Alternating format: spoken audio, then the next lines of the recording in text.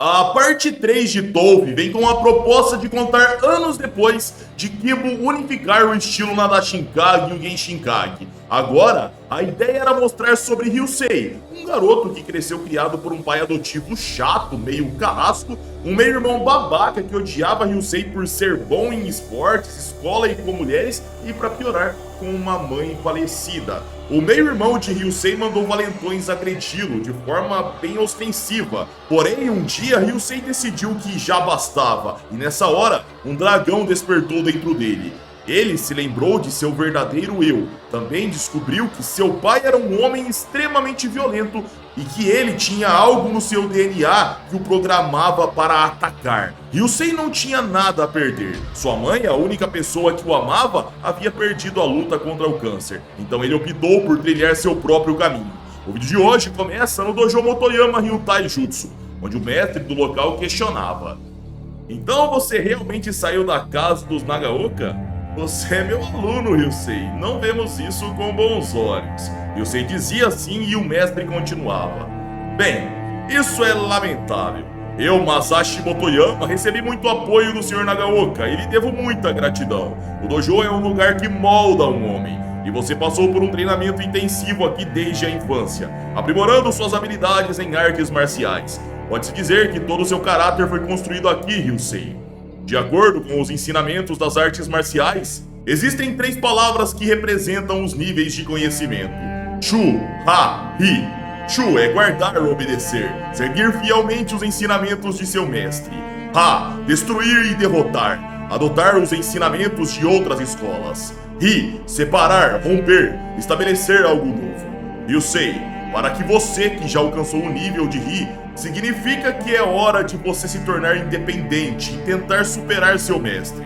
Ryusei dizia intento e Masashi Motoyama continuava: "No entanto, me pergunto se algum dia você será capaz de fazer isso. Basta olhar para estas fotos e certificados de honra. Essa foto aqui, por exemplo, foi tirada quando o presidente do país visitou o Japão, e em reconhecimento ao trabalho beneficente que realizei lá, recebi até mesmo uma cidadania honorária. Um verdadeiro artista marcial não deve apenas ser forte, ele também precisa se tornar alguém que inspire respeito. É por isso que me juntei ao Conselho de Educação desta cidade e pretendo me candidatar à presidência eventualmente. Logo te pergunto, você acha que agredir o seu pai adotivo é uma coisa respeitável? Algo que inspire honra e aos mais jovens?" Ryusei respondia: "Quanto mais vazio emocional alguém se torna, mais precisa se adornar com títulos e diplomas, exibindo sua autoridade duvidosa e se afundando em autossatisfação. Ele tenta esconder toda a feiura de sua alma." Motoyama questionava: "Hã? O que você acabou de dizer, Ryusei?" Ryusei respondia: "Eu disse que você é um lobo em pele de cordeiro e um idiota, mestre Motoyama. Recentemente eu soube que você usou sua posição de conselheiro para seduzir e engravidar uma garota do ensino fundamental que tinha problema com os pais. Fiquei mais do que surpreso quando descobri isso." Motoyama desmanchava sua postura, abria um sorriso ardiloso e dizia em guarda: "Não dizem que todas as garotas procuram por um verdadeiro herói? E um herói com braço forte sempre tem um pau forte, e é isso que eu dei a ela." Ryusei exclamava: "Você é um porco que me dá nojo." Motoyama encurtava e dizia enquanto golpeava: "Além disso, o único problema daquela vadia era que ela precisava de dinheiro. Use todos os seus poderes." Essas foram as palavras do fundador do dojo Kanouji Gorou. Mas em termos gerais isso significa: já que homens fortes também têm vigor sexual, não devem encarar isso como algo ruim, mas sim usá-lo com prazer. Você também saberia disso se tivesse ficado quieto, mas agora fecharei sua boca." Ryusei bloqueava todos os ataques e Motoyama continuava dizendo enquanto ele atacava: "Desde os tempos antigos, todos nós temos um lado pervertido, não é?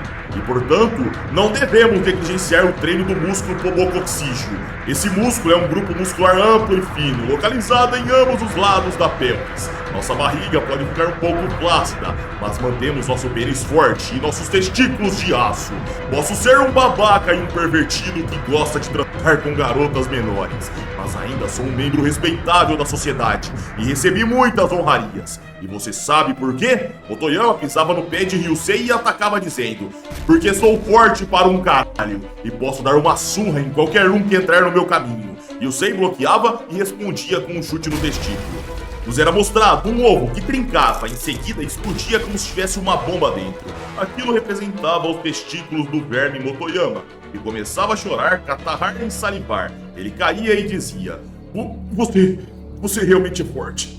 Meu Deus, em um nível completamente diferente. Mas você já nasceu com um dom natural para as artes marciais. Você é quem tem os genes do dragão, eu sempre soube disso. Yusei questionava. Então você sabia? Por acaso sabe quem é o meu verdadeiro pai?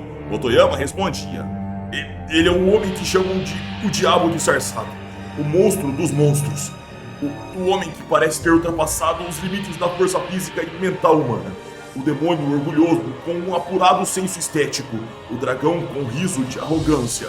Yusei ia até a porta de saída e dizia: Bom, tanto faz. Quer saber o que eu aprendi com você, mestre Motoyama? Aprendi sobre os enganos da sociedade, sobre a covardia e a ganância dos adultos, sobre o estado suspeito das escolas de artes marciais. E isso é praticamente tudo que você me ensinou sobre a podridão do mundo. A cena cortava para uma cidade grande, onde chovia, relampeava e trovejava. Lá, numa residência de extremo luxo, alguém questionava: Você sabe quem é o homem mais forte de toda a história? Era respondido: Eu não sei. Talvez o campeão mundial de boxe? O que questionou respondia: Boxe é só um esporte. O perguntado sugeria: Um lutador de artes marciais mistas, então? O que levantou o questionamento respondia: Lutadores de artes marciais mistas usam qualquer técnica que funcione. Fazem tudo, mas não são especialistas em nada. O questionado sugeria: Então um lutador de luta livre profissional? O questionador respondia: Ser o mais forte significa aquele que consegue matar mais pessoas do que qualquer outro. Nos era mostrado a mansão repleta de seguranças armados mortos e o questionado dizia: Então, certamente deve ser o presidente dos Estados Unidos. Sim, ele pode aniquilar um país inteiro usando apenas um dedo. Portanto, pode ser considerado a pessoa mais poderosa do mundo. Embora provavelmente não tivesse a coragem e a determinação para fazer tal coisa.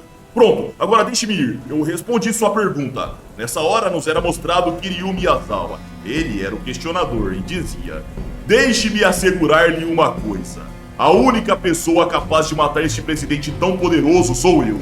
Kiryu. Nos era mostrado que o questionado era um magnata grisalho que apontava uma pistola e dizia: Fique longe, Kiryu! Kiryu vinha andando na direção da arma como se não tivesse nada e questionava: Você acha que eu estou mentindo? O magnata dizia enquanto os relâmpagos cortavam o ambiente afora.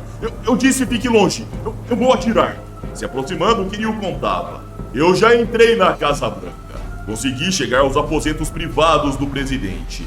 E não estou falando de uma visita turística. O magnata começava a tremer e questionava: Então os rumores eram verdadeiros?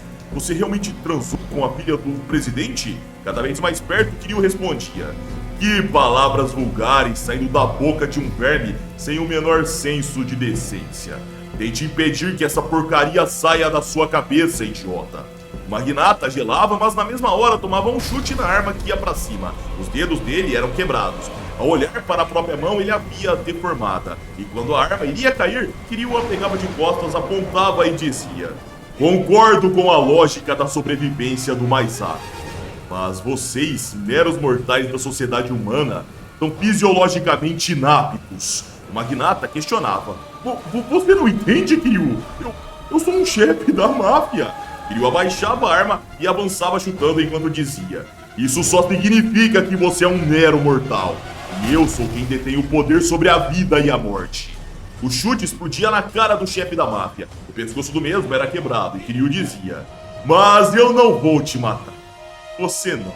Mas você passará o resto da sua vida como um cadáver ambulante. A cena cortava para Ryusei, que questionava surpreso: Como é? A maior máfia russa de Nova York foi completamente destruída por ele? Sozinho? Nos era mostrado uma possível sede Yakuza e o mafioso em volta de 2 seguranças respondia: Sim, aquele chefe da máfia mais cruel que o inferno se transformou num anjinho sorridente com um único chute. Enquanto lutava com Kiryu, seu corpo e mente foram esmagados e ele foi tomado por um terror absoluto. É assim que ele vive hoje. Yusei questionava: E como eles entraram em conflito? O Yakuza respondia: Aparentemente, um dos capangas da máfia bateu na mulher do Kiryu. Ryusei questionava. O quê? Mas esse foi o único motivo? Ele destruiu toda a máfia porque um cara bateu na mulher dele? Podíamos ver um dedinho arrancado, tatuagens orientais no peito do Yakuza que continuava dizendo. Bater em uma mulher não era o problema em si. O problema era de quem era a mulher que eles tinham batido. Kiryu pode ser a própria encarnação do caos, um verdadeiro demônio. Mas ele é incrivelmente gentil com as mulheres que ama. Ele as adora e jamais encostaria um dedo nelas. E isso o torna um Don Juan moderno.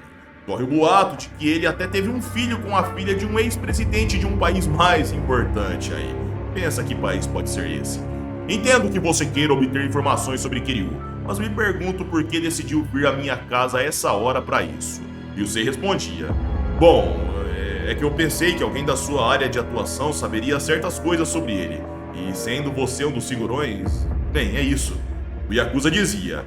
Ei, se você não fosse da linhagem de Kiryu, eu já teria mandado você embora daqui. Mas parece que você quer conhecer seu pai, não é? Ryusei respondia. Se ele ainda estiver vivo, então sim, eu realmente quero. E não só isso, eu também quero lutar com ele. E dar o meu melhor e esmagar aquela cara arrogante e prepotente dele. Porém, eu vi boatos que ele foi assassinado num evento famoso, chamado Hiper Batalha. Yakuza sorria e em seguida dizia. Você se parece muito com o Kiryu. Escute, eu já passei por inúmeras lutas e muito derramamento de sangue. Mas eu gostaria de não ter cruzado o caminho de Kiryu na minha vida. O Yakuza saía com sua cadeira de rodas, começava a tremer e dizia. Eu nunca, jamais quero enfrentar o Kiryu uma segunda vez. A cena cortava para momentos mais tarde, no terminal portuário. Lá, Ryusei questionava. O que você quer de mim? O homem alto respondia. Você cometeu um grande erro, Ryusei, quando esmagou os testículos do nosso professor. E bem, já que você queria tanto assim bater num velho, agora você vai colher o que plantou. Ryusei questionava. Então o mestre Motoyama pediu para que você fizesse isso, Kagemura? Kagemura respondia. Olha, veja bem, o velhote derramou muitas lágrimas ao declarar você nosso inimigo. Porém, Ryusei interrompia dizendo. Como eu imaginava. Aquele verme do Motoyama está se superando cada vez mais. Kagemaru dizia. Na verdade, já que é você, o Motoyama nem precisou me pedir para te dar uma surra. Ele pedindo ou não é algo que eu faria com prazer. Ryusei fechava a cara, Kagemura avançava com um direto de esquerda e dizia. Porque você é quem deveria ter os genes daquele homem lendário. O artista marcial forte e frio como o demônio. Ryusei defendia e dizia. Não tenho absolutamente nenhuma ligação com esse homem. Kagemura dizia, vamos lá, para de meter o louco. Ryusei desviava do soco que pegava de raspão e dizia, Kagemura, para com isso. Veja bem, o mestre Motoyama nunca me ensinou nada de substancial sobre as artes marciais. Foi você, o assistente dele, quem me ensinou.